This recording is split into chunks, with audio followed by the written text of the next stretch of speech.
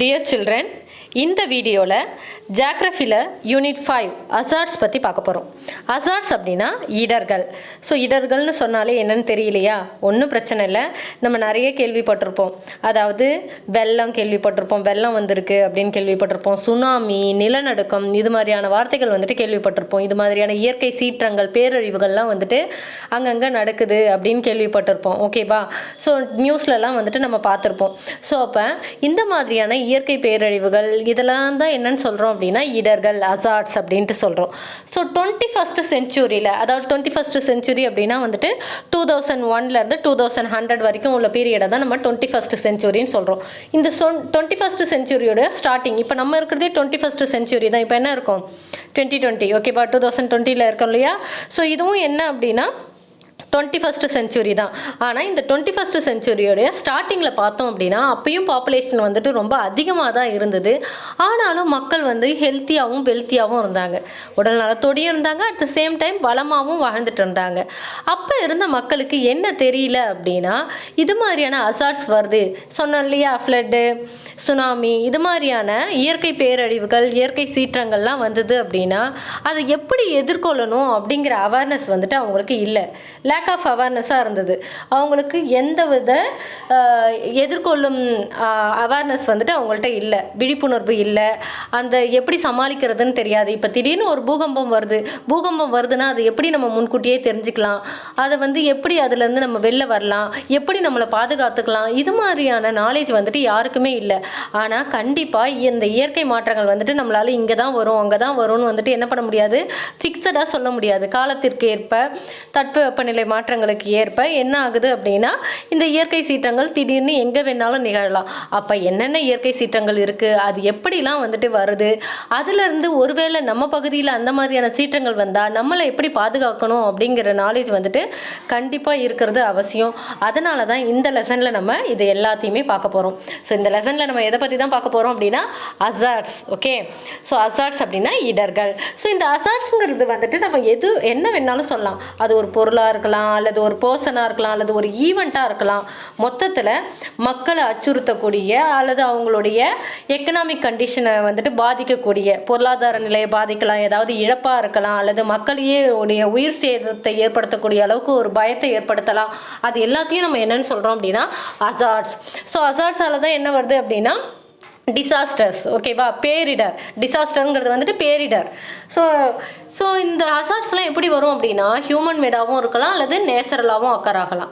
இயற்கையாலையும் வரலாம், அல்லது வந்துட்டு நம்மளுடைய மனித செயல்பாடுகள் இருக்கு இல்லையா, நம்ம செய்கிற செயல்களாலையும் என்ன வரும் அப்படின்னா ஹியூமன் மேட். இப்போ நம்ம என்ன பண்ணுறோம், நம்மளால் எப்படி வரும், நம்ம எல்லாம் டிஃபாரஸ்டேஷன் பண்ணுறோம், காடுகளை எல்லாம் அழிச்சிட்டு இருக்கோம். அப்படி இருக்கிறப்ப அதுவும் வந்துட்டு நிறைய அசார்ட்ஸ் வர்றதுக்கு வந்துட்டு காரணமாக அமையுது. ஓகேவா? ஸோ அப்போ இந்த அசார்ட்ஸுங்கிறது வந்துட்டு ஹியூமன் மேடாகவும் இருக்கலாம், அல்லது நேச்சுரலாக அக்கர் ஆகலாம். நெக்ஸ்ட், இந்த அசார்ட்ஸுங்கிற வேர்டு எங்கேருந்து வந்தது அப்படின்னா old French word. It's A French word, Azhar, HASART. So இந்த வேர்ட்லேருந்து தான் வந்தது. ஸோ அதுக்கு என்ன மீனிங் அப்படின்னா கேம் ஆஃப் டைஸ் கேம் தெரியும் இல்லையா, பகடை, தாயம்னு சொல்லுவாங்க இல்லையா. ஸோ அதில் வந்துட்டு எப்போ என்ன நடக்கும்னு என்ன பண்ண முடியாது, என்ன காய் விழும் அப்படிங்கிறது யாருக்கும் தெரியாது, பகடையில் என்ன நம்பர் விழும்னு யாருக்கும் தெரியாது. ஸோ அதே மாதிரி இந்த அசார்ட்ங்கிறது வந்துட்டு எப்போ நிகழும்னு யாருக்குமே தெரியாது. ஓகேவா? எப்போ வேணாலும் நிகழும். ஸோ அதனால தான் வந்துட்டு இதுக்கு என்ன பேர் வச்சுருக்காங்க அப்படின்னா அசார்ட் அப்படின்னு நேம் வச்சுருக்காங்க. ஸோ அதனுடைய ஆரிஜின் எங்கே அப்படின்னா அசார்ட் அப்படிங்கிற ஓல்டு ஃப்ரெஞ்சு வேர்ட்லேருந்து தான் வந்துட்டு வந்தது.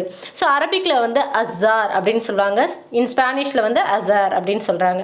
ஸோ இதெல்லாம் வந்துட்டு இந்த வேர்டு எங்கேருந்து வந்தது, நார்மலாக பார்த்தோம் அப்படின்னா ஒவ்வொரு வேர்டும் இன்னொரு வேர்ட்லேருந்து ஆரிஜின் ஆகி வந்திருக்கும். ஸோ கொஞ்சம் கொஞ்சம் மாற்றங்கள் தழுவி தான் வந்துட்டு நியூ வேர்டாக வந்துட்டு ஃபார்ம் ஆகும். ஓகே, அடுத்தது, இப்போ நம்ம இருக்கக்கூடிய சொசைட்டிஸில் நிறைய அசார்ட்ஸ் வந்துட்டு அவங்க மீட் பண்ணியிருக்கலாம். அப்படி இருந்தாலும் அவங்களுக்கு என்ன தெரியல அப்படின்னா அந்த அசார்ட்ஸை வந்துட்டு எப்படி வந்துட்டு ஃபேஸ் பண்ணுறது, அதை கண்டிப்பாக தெரிஞ்சிருக்கணும். இப்போ அந்த பகுதியில் அடிக்கடி வந்து நிலநடுக்கம் வருதுன்னா அந்த பகுதி மக்களுக்கு கண்டிப்பாக என்ன தெரிஞ்சிருக்கணும், அந்த நிலநடுக்கம் எதனால் வருது, அதை எப்படி வந்து ஃபேஸ் பண்ணலாம், எப்படி நம்மளை பாதுகாத்துக்கலாம், நம்மளை சுற்றி உள்ளவங்களை எப்படி பாதுகாத்துக்கலாங்கிற நாலேஜ் வந்துட்டு கண்டிப்பாக இருக்க வேண்டியது அவசியம்.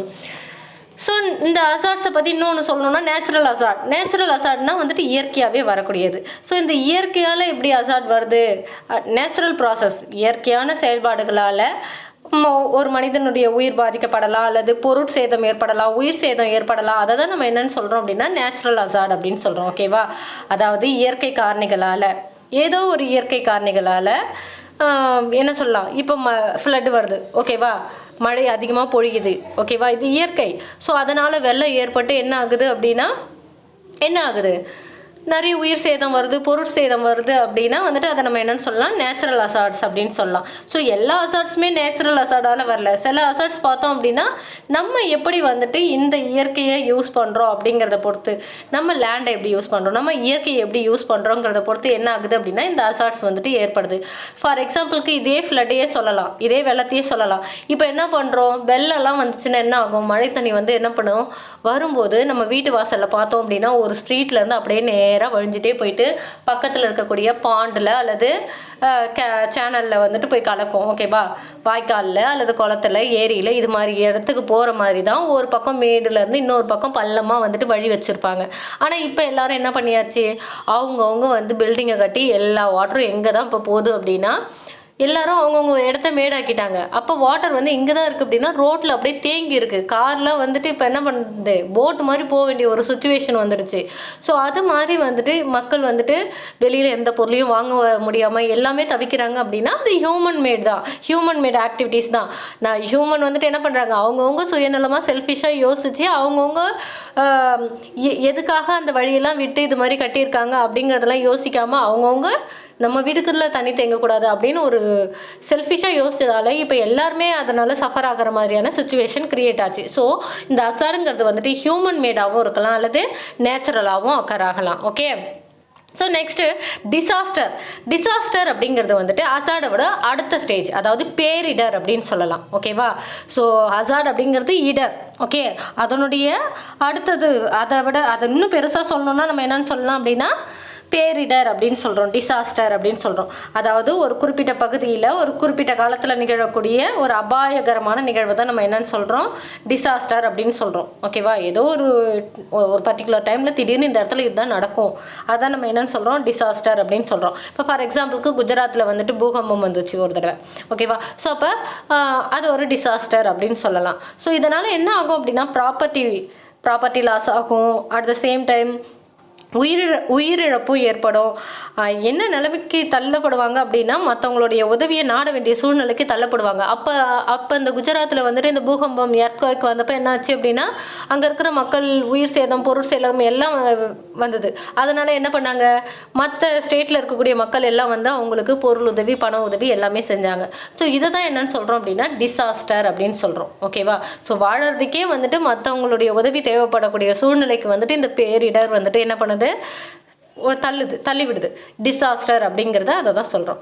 நெக்ஸ்ட்டு கேட்டோஸ்ட்ரோபி அப்படிங்கிறது வந்துட்டு டிசாஸ்டரை விட பெருசு. ஓகேவா? பேரழிவு அப்படின்னு சொல்லலாம். ஸோ இதனால் அதே மாதிரி தான் உயிர் சேதம், பொருள் சேதம், செலவு இதையும் தாண்டி என்ன ஆகுது அப்படின்னா ரொம்ப லாங் டைம் ஆகும் ரெக்கவர் ஆகிறதுக்கு. சும்மா ஒரு நாள் 2 நாள் ரெக்கவர் ஆகி வந்துட முடியாது. 1 மந்த் 2 மந்த்தில் ரெக்கவர் ஆக முடியாது. பல வருஷங்கள் வந்து ஆகும் ரெக்கவர் ஆகிறதுக்கு. பெஸ்ட் எக்ஸாம்பிள் சொல்லணும் அப்படின்னா யுஎஸ் வந்துட்டு என்ன பண்ணாங்க, நியூக்ளியர் பாம்பு போட்டாங்க ஜப்பானில் 2 cities, Hiroshima and Nagasaki. So அங்கே போட்ட உடனே அந்த என்ன சொல்கிறது, பயங்கர உயிர் சேதம், பொருள் சேதம், பல வருடங்களுக்கு வந்துட்டு அங்கே உள்ள மக்கள் வந்துட்டு இந்த கேன்சர் இது மாதிரியான டிசீஸால் வந்துட்டு சஃபர் ஆனாங்க. ஏன்னா அந்த ரேஸ் வந்துட்டு அந்த அளவுக்கு வந்து அவங்கள வந்து பாதிச்சுது. ஸோ இதுதான் என்ன அப்படின்னா பொருள் சேதம், உயிர் சேதத்தையும் தாண்டி அதுலேருந்து ரெக்கவர் ஆகிறதுக்கே அவங்களுக்கு நிறைய வருடங்கள் ஆச்சு. அதை தான் என்னென்னு சொல்கிறோம்னா கேட்டோஸ்ட்ரோபி. ஸோ அசாட் அப்படின்னா இடர், டிசாஸ்டர் அப்படின்னா பேரிடர், கேட்டோஸ்ட்ரோஃபி அப்படின்னா வந்துட்டு பேரழிவு. கிளியரா? ஸோ மாசிவ் அசாடை தான் டிசாஸ்டர்னு சொல்கிறோம், மாசிவ் டிசாஸ்டரை தான் நம்ம கேட்டோஸ்ட்ரோஃபி அப்படின்னு சொல்கிறோம். Any doubt? ஸோ அசாட் அப்படிங்கிறது வந்துட்டு இடர், நம்ம உயிர் வாழறதுக்கே வந்துட்டு ஒரு பயத்தை ஏற்படுத்தக்கூடிய ஒரு இயற்கையாவோ அல்லது மனிதனுடைய செயல்பாடுகளாலேயோ ஏற்படக்கூடிய ஒரு நிகழ்வை தான் நம்ம என்னன்னு சொல்கிறோம் அப்படின்னா அசாட் அப்படின்னு சொல்கிறோம். Okay, any doubt? தேங்க்யூ.